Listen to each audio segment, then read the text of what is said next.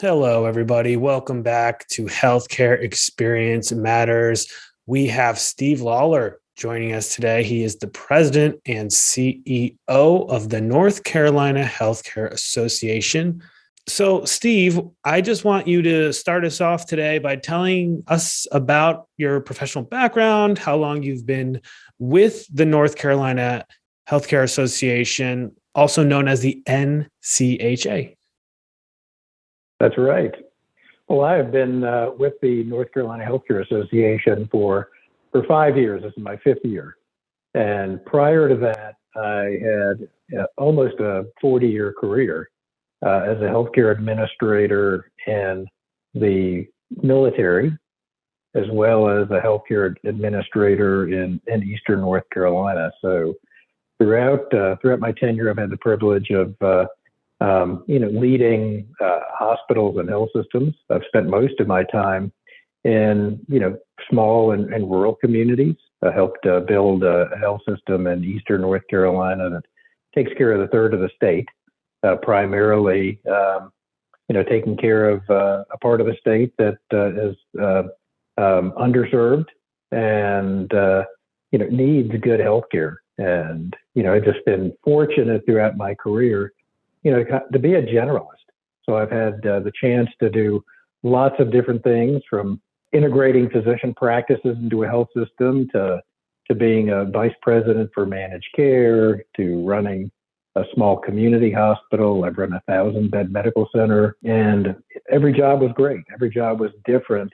But the singular factor that was the same was that our focus was to take care of people. So 40 years of, working with people and individuals to help them reach their potential and better care for folks. So I want you to tell us something about yourself that we might not find on your resume or CV. What would that maybe be? Wow. So I have jumped out of planes when I was an Army officer. Also lived in Panama. So that was interesting, and got to help coordinate and integrate, healthcare throughout Central and South America, at least from a DoD perspective, and supporting some of the United Nations nation building activity. That's very important stuff. And anything else you love to do or that we should know about your background before I jump into some questions here? Yeah, I would say I just come from a family of folks that are involved in service one way or another. My mother was a nurse. Both my parents are teachers. I've got a brother that's a teacher, a sister that's a teacher, and another brother that's a physician. So, we grew up in a family where, being part of a community and serving others was important. And I'm grateful that, my parents set an example so I could follow. And tell us about how NCHA works towards its goal of supporting the healthcare community. Sure. Well, the association is just that. It's an association. So, we're a membership organization that involves every hospital in the States. We have 130 members, and we work together as a collaborator. We work together as a convener with the intent of identifying issues that are important to membership from a policy perspective, and trying to shape those and then work with our elected officials to get those through. And typically those policies are intended to help our members provide better care, make it easier for them to provide care. We also have one of the largest health association foundations in the country. And, they're involved in everything from being an incubator for good ideas to being a resource for best practice. We also have an amazing program for mentorship, focusing on young leaders of color. So we've got a mentorship program throughout the state that matches healthcare executives that have had great careers and great experience, and they have a interest in giving something back, and we're connecting them with a young leader of color to, just provide some additional experience and provide, just an advocate and a supporter for them as they go through. And then finally, we have a shared services company. So it's a corporation that offers a portfolio of services by working with vendors and leaders in the healthcare supply and support space. And then we offer that to our members to provide value for them. So it's an interesting, complex business with a few moving parts, but with the purpose of serving our members and helping them provide better care for their people and communities. And loyal listeners of this podcast will know that we're all about starting conversations that can better equip people to both receive and deliver the best healthcare experience. So I want to get your thoughts on how healthcare executives can improve that experience for patients. What do you think about that? Well, that's a great question. Even though it's kind of an old management theory, I'm a big advocate and believer of management by walking around.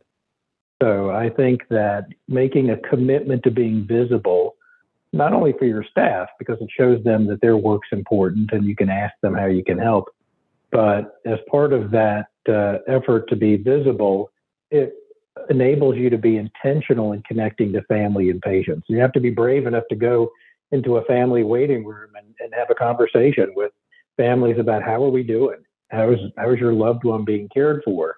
Or going into a patient's room and talk to them. One of the things that I think is invaluable for young leaders is, find a nurse manager or a floor nurse or a physician and go make rounds with them.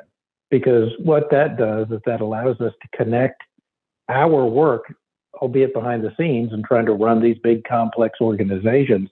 It helps keep us grounded, and it helps reminds us of, why we're doing it. So I think be visible, be courageous in regards to making rounds, but being intentional in regards to, why you're doing that. And if you're doing it well, you're gonna leave with some homework assignments, and then you have to follow up, and then just circle back with the folks that gave you all those good ideas, with the spirit and the intent of just making things better. Being in the position that you're in, you get to work with a lot of influential healthcare leaders. I'm curious, and I'm sure our listeners are also curious, if there are some themes that you've picked up on among what some of those priorities of those healthcare leaders are. Yeah. So, I guess a good way to think about that question is if I were talking to healthcare leaders, what's keeping them up at night?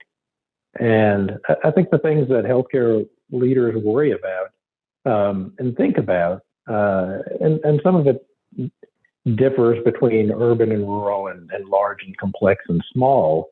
I think first and foremost, it's about staff. How do we support people to do their work so we're able to provide the best and safest care for patients? And that's become much more challenging throughout the pandemic, just because the pure volume of people that we're taking care of has put an incredible stress on our staff.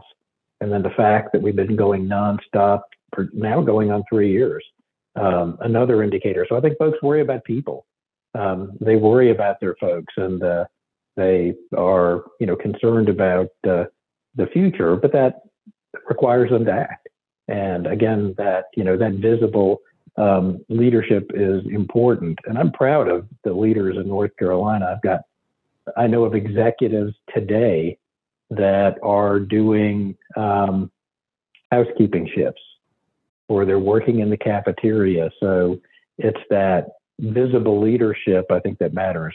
I think the second piece that folks worry about is, over the years, at least in North Carolina, the amount of support that we've received financially, decreased.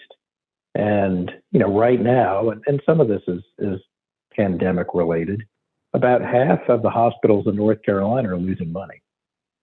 And a lot of that has to do with the pandemic and just the fact that we've had to change our business models to keep people and community safe. And we've had to step up and fill public health gaps.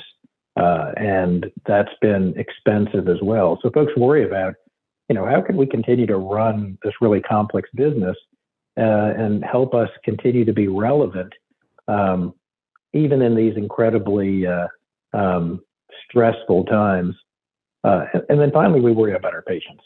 At the end of the day, we are just incredibly focused on reducing events with harm, reducing infections. It's just making, our places the safest places to be, and that's for everyone. So not only are we working on,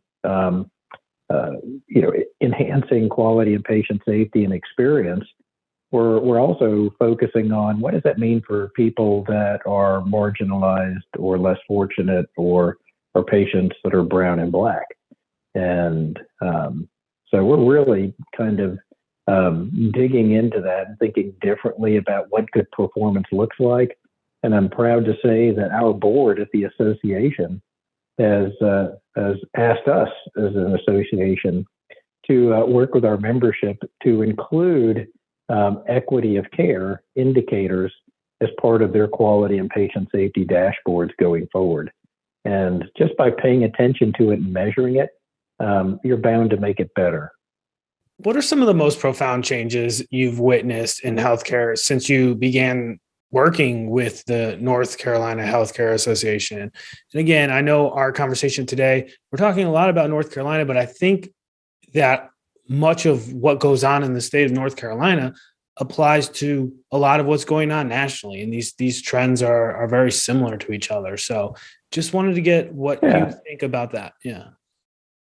Yeah. So I think the most significant trend that's taking place in healthcare, and I think it's a good thing. It's different, and it's forcing us to think and be differently, or act differently, is this idea that that our influence and ability to care for a community is far greater than the four walls of a traditional hospital. That we have an opportunity to shape the health of a community by being much more engaged in what's happening in people's lives outside the hospital, or even outside a clinical space. So we have many members that are involved in thinking about food as medicine, that we're trying to tackle food insecurities because we know that impacts people's health. Or we're setting up telehealth or virtual health in rural communities so they have access to specialty physicians and they don't have to drive just because transportation is a challenge. We've got members in Charlotte that are working with other partners to tackle affordable housing.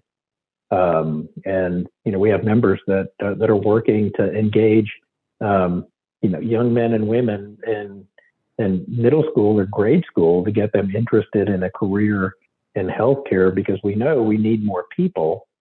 And then we know that a social determinant of health is employment status. So, working with, underserved communities to get them interested in healthcare and find a pathway to through education, have a great job and stay in your community and be a difference maker. All of that is kind of part of that thinking that, we can be influencers and we can make investments outside the hospital that keep people well, improve, their health status and allow them to reach their health goals. And I think that's been pretty important and pretty impactful. I'm proud of the work that folks are doing. It's pretty amazing. Now, we all like to learn from other people's mistakes. That's the ideal situation. So I'm sure our listeners will be curious, given what you've seen out there. Is there any mistakes or missed opportunities that you're seeing that you think others could learn from? Right. I mean, I've made plenty of mistakes in my career. So, I think first and foremost, I think the takeaway from that is to be courageous, to try different things and be willing to fail. I think we have a lot of folks that are so afraid of failing that the good ideas that they have or the good plans that they could put into place are sometimes not brought to fruition because folks are afraid that they're going to make a mistake, and especially young careerists. I mean, we're all working hard as a young careerist to do all the right things, get noticed, and get promoted. So I'd say be courageous. I've been a key executive on some business ventures and investments that seem like the right idea. I mean, they seem like it made sense in the market, and it was going to, create value for people and communities. And we underestimated, influence of insurance companies on insurance brokers, or we underestimated the speed of interest of physicians to integrate. And this was well before now it's like the rage. But back then it was something different. And they just didn't work out. And they were, fairly significant investments by, my health system. But, we learned from that. We learned sometimes, patience is important. But I'm grateful that I was part of an organization that allowed me to run with a good idea and supported it. And when it didn't work out, it wasn't a career limiting move. So I'd say, be courageous. I think our ability to learn and adapt quickly is important, especially throughout a pandemic. I mean, there are hidden pearls all over the place that, we're uncovering as part of what we're learning through this pandemic. And, how we apply that learning is really important. And then the other piece is, we don't want to be making the same mistake over and over. So it's just, learning, applying, and improving. It's kind of like your own personal PDCA cycle in your head. So we talk a lot on this podcast about knowing your why. We think it's really important. So is there a recent story or anything that you want to tell us about that has really reinforced your purpose in this work or reinforced your why? Yeah, I'll give you two examples. And I mean, there are two different places and time. So I had the opportunity to turn around a small hospital, and I went in there really unprepared, probably. I had a boss that said, "Hey, we've got this hospital. I think that you can do it. You can knock yourself out." So off I went. And, this was a hospital that was losing a significant amount of money, and it's a hospital that had lost community confidence. And the most important thing I did for that hospital was to help people believe that they could do better and different than what they were doing. And sometimes we get caught in a rut, and sometimes it's easy to believe that that's the best we can be. So, part of my experience that reinforced the why was just what I witnessed when a committed group of people decided that they could be better. And, they turned that hospital around, and we ended up building a new hospital in that community. So it was just, it was incredible and humbling to watch the community get behind their hospital when the hospital believed that they could be different, better, and offer really good health and good care. So that was earlier in my career.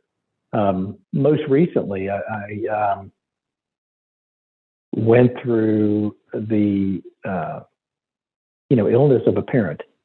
So my mother passed away in October of last year, and I just witnessed the amazing care and compassion that was shown to her, throughout her illness. And, we ended up in hospice care, and it was beautiful to watch those folks just spend so much time and energy making sure that my mother was taken care of and had everything she needed.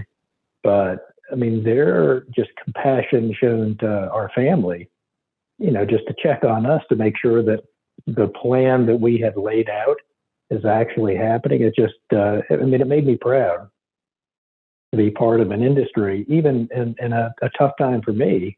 And, I'm usually not on the receiving end. I'm usually helping to orchestrate what happens to others. It just, it made me proud to be part of an industry that just showed such great compassion to a patient in a, part of her care plan that was leading to, her departure. And then, just the immense care they showed us. I mean, I still get calls from them asking me how we're doing, which is just amazing. So, another just reinforcing moment on just what a remarkable field this is. Yeah, I really appreciate you sharing that story. I think that nails a lot of what the ethos is of this podcast, and it's the healthcare experience, patient experience, and I can speak on behalf of the listeners right now. We really appreciate you sharing that with us. Do you have any other final thoughts or anything you think would be valuable to leave our audience with before we wrap it up here? I mean, I would just say that, if folks in the audience are thinking about, a career choice or thinking about, what's my purpose? I can't think of a better career choice than going into healthcare. And it's complex. There's many moving parts. The financing of healthcare, no one could design something as silly and as crazy as what we deal with. But it is what we have. But again, I think the feeling that you get when you truly know that you're helping somebody and you're changing people's lives, and even as an administrator, I don't have the privilege of directing or directly caring for somebody, but I can tell you when I made rounds and staff, I talked to staff and talked about what we were doing together. It just, really, I think, reinforces why it's such a great place. I think the other piece is that, people who go into healthcare are just like honorable and amazing people. For any group or industry that would have done what we've done for the past 2.5 years, and that would given their all. We've witnessed people, staff crying in the hall, and we've witnessed staff being a surrogate family for patients that were dying, and because of the conditions of the pandemic, couldn't be there. So staff sat with those patients and held their hands and talked to them. So we're just, I get to be in a business that's in the presence of heroes every day. Ladies and gentlemen, you've been listening to Steve Lawler. He has joined us for today's episode of Healthcare Experience Matters. He's the president and CEO of the North Carolina Healthcare Association, and we thank him for his time today. Oh, thank you.